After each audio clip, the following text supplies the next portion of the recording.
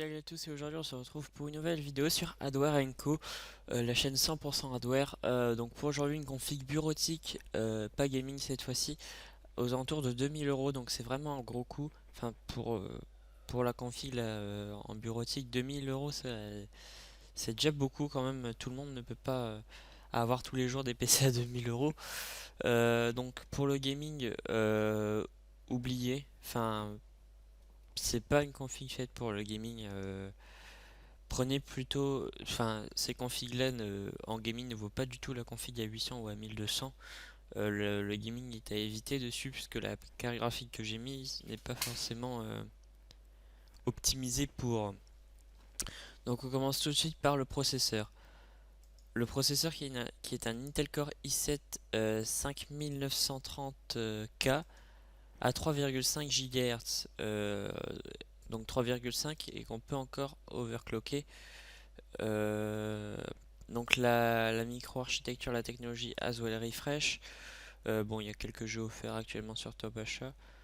Il y a Seeker et 12 Threads. Ok, excusez-moi encore pour l'accent anglais. En turbo, il peut monter à 3,7 GHz. Et après, je vous ai dit quand même, c'est une version K, on peut l'overclocker. Alors ensuite, on va passer à la carte mère. La Asus X99 Deluxe, qui est super stylée. Franchement, elle est super belle. Donc la carte mère au socket 2011, donc les grosses cartes mères 2011 V3 avec de l'USB 3.1 et pas 3.0.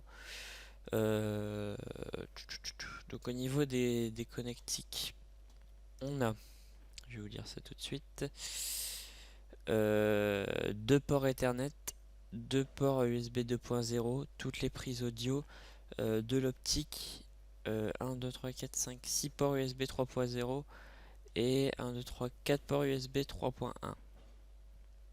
Voilà. Et le bouton aussi pour le BIOS. Donc voilà. On a également du Bluetooth sur cette carte mère.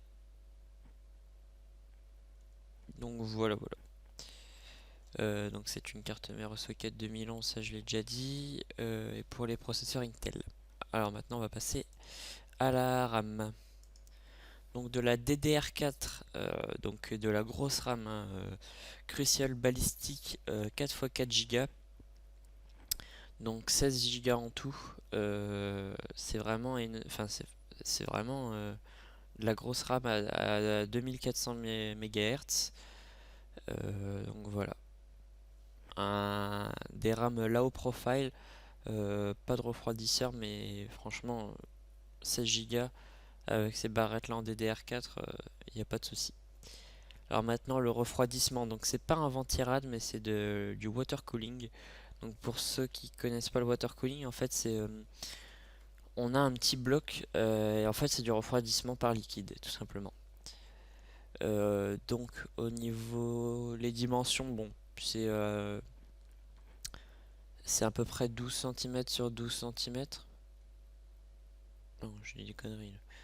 Le radiateur, donc le petit rond au milieu, il fait 120 mm x 152 x 27, donc c'est une bonne taille, hein, au niveau du water cooling, ça va, c'est pas trop gros encore. Donc au niveau des compatibilités avec Intel, bon, bien entendu, il accepte le 2011 V3, sinon j'aurais pas mis la carte mère. Et la vitesse du ventilo, elle varie entre 1600 et 1800 tours minute. Donc ensuite la carte graphique, donc comme je vous ai dit, c'est pas une carte graphique qui fera tourner tous les jeux en ultra. C'est la Sapphire Radeon R7 250X Vapor X de 1 Go. Donc une carte graphique de 1 Go. Donc voilà, voilà, voilà. Euh, Avec au niveau des ports un HDMI, un DisplayPort, un Dual Link, donc un DVI, et un Dual Link DVI. Bon, elle est pas trop moche la carte graphique, je l'aime bien. Mais bon, pour du gaming, enfin dans la config à 800 déjà, c'est déjà mieux. Voilà. Donc maintenant, on va passer au SSD. Et qui dit grosse config à 2000 € et bureautique dit SSD. Donc le SSD c'est le Samsung Series 850 Pro de 512 Go. Donc en lecture 500 mégaoctets secondes et en écriture 520 mégaoctets secondes. euh, Avec un format de 2,5 pouces, donc le format classique des SSD. Voilà. Ensuite, le disque dur, c'est le Western Digital de 4 Tera. Donc 4 Tera, ça fait vraiment beaucoup, mais pour quelqu'un qui passe ses journées à faire du boulot sur l'ordinateur, ça peut servir.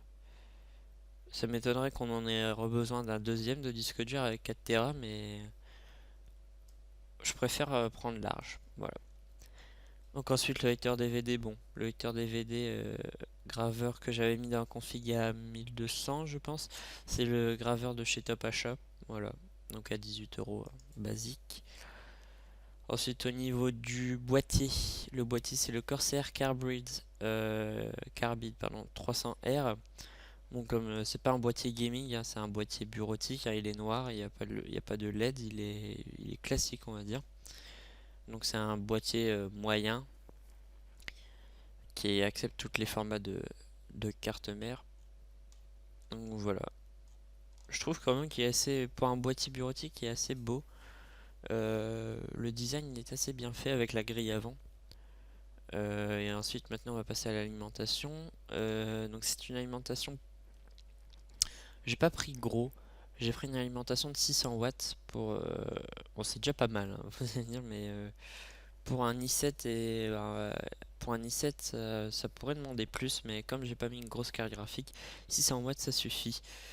Donc le rendement 80 plus bronze, bien évidemment, avec deux fiches PCI Express si vous voulez faire un SLI avec les cartes graphiques, mais bon, 2000 € je pense que c'est déjà bien. Donc elle est non modulaire par contre. Voilà. Et donc voilà, c'est tout pour cette config. N'hésitez pas à aller à faire un tour sur ma chaîne gaming. Je le dis à chaque fois, mais je vous le redis, le lien est dans la description. La première vidéo est sortie. Si cette vidéo vous a plu, n'hésitez pas à mettre un pouce vert, pouce bleu, pardon. À chaque fois, je me trompe. Et moi, pour l'instant, je vous dis à la prochaine. Bye!